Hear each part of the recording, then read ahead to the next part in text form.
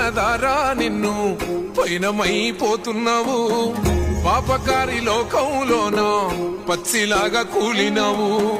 కాటి పిలిసేనారా నిన్ను కదలకుండా పడి ఉన్నావు.